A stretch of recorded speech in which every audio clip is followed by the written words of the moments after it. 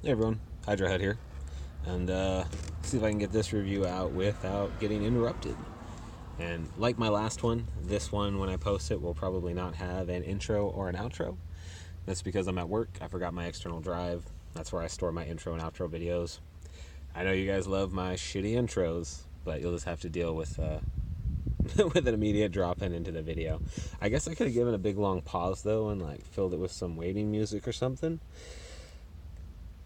But I'm not going to, because the computer I use at work is running Windows 7, and the video editor I use on that converts all the files to Windows Media File, which is crap. Nothing. Windows Media Files run like shit on everything, and I don't know why it's doing that, because I basically use the same program on my other computer, just a newer version because it's Windows 10, and it does everything as MP3, or MP4 even. But whatever, it doesn't matter. This is Sort of Ages. This is by Gabriel Rodriguez. I know I did a review on one. I think I did a review on two. Gabriel Rodriguez, as you can see from up here, he is one of the artists and co-creators of Lock and Key.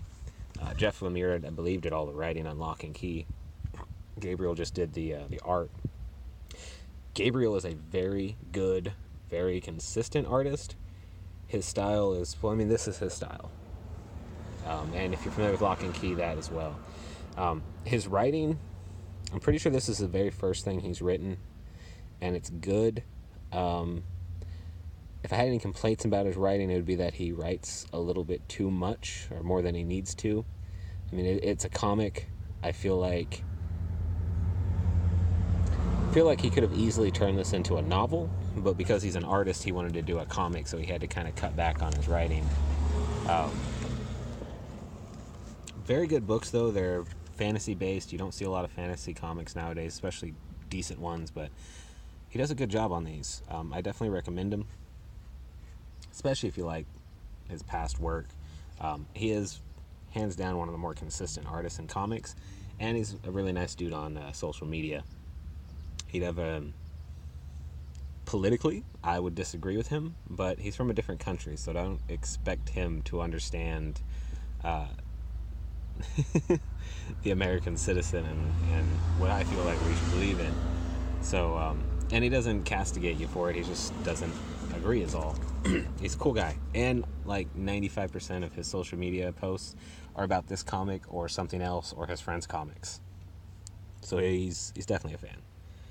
Also, this is a relatively PG title, but we still get some underboob, a little bit of areola. I don't know why I felt like pointing that out, but I did.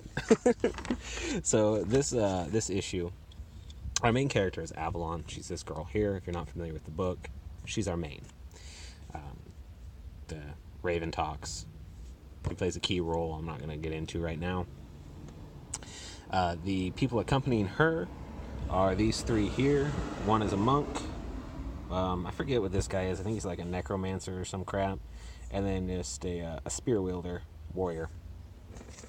And this little scene right here is actually pretty cool. They're basically, the person that hooked Avalon up with where she is wanted these three to accompany her. She doesn't really feel like they need to accompany her for any reason. She has no attachment to them, but the dude that brought her wanted them to be with her. So she's basically talking about whether or not to bring them along in this panel here. And in the other panel, these three are discussing whether or not they're even going to go with her. I'm going to read this these two panels just real quick. Depressive end to the one and only chance I'll have to ride a dragon. Another tale no one will ever believe. Absurd waste of time and money. Time and money? What about my life's dream, torn away just when I was about to grasp it? At least you can ask whoever got you into this mess for a refund. Meanwhile, I'm lost. I can never get back get my purpose back. And then the monk. We errant monks devote our lives to a higher purpose. We don't ask for rewards. If the Holy Land has chosen Avalon, then my heart, my arm, and my blade belong to her. You built your life around the promise of guarding a weapon that could save the world from its greatest threat. Did you think that weapon would be a mere piece of iron? And he holds up the sword to the black guy that had been talking before, takes a bite of his apple, and just keeps staring at him like, You may be a man of few words, Tristan, but when you speak, you pick solid ones. fuck it, I've got nothing better to do. Might as well stick around here and see if you're right.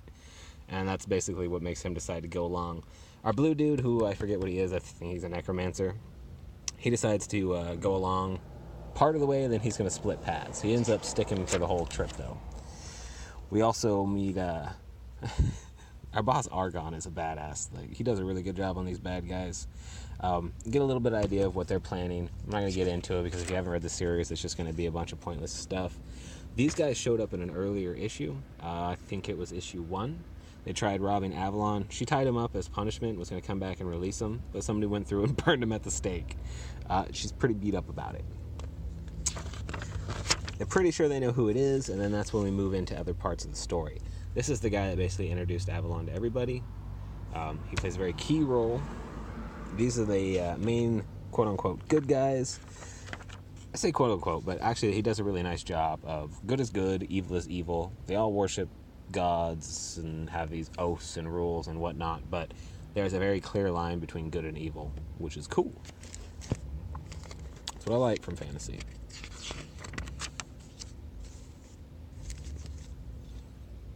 Let's see. Don't want to get too much farther into this on the chance that I might ruin something. So I'm just going to start ignoring the story, flip through a couple of pages. You can see what's going on. Like I said, Gabriel Rodriguez is a fantastic artist. He does a great job on the art in these comics. And his writing is good. It's just a little tiny bit long-winded in parts, which kind of makes the story not like bebop long as great as you'd want. But it's easy to read. It's a comic. If you have problems reading comics, then I'm sorry. Maybe novels aren't for you either. But it's good. I would definitely recommend checking it out. I'm pretty sure it's going to be a 5-issue comic. 6 maybe. I don't remember how long it's supposed to be, but issue 4 should be coming out, I think, next week or the week after. So if you still haven't tried it and it's this far in, maybe look up the digital version first and decide if you want to pick up the trade when it comes out.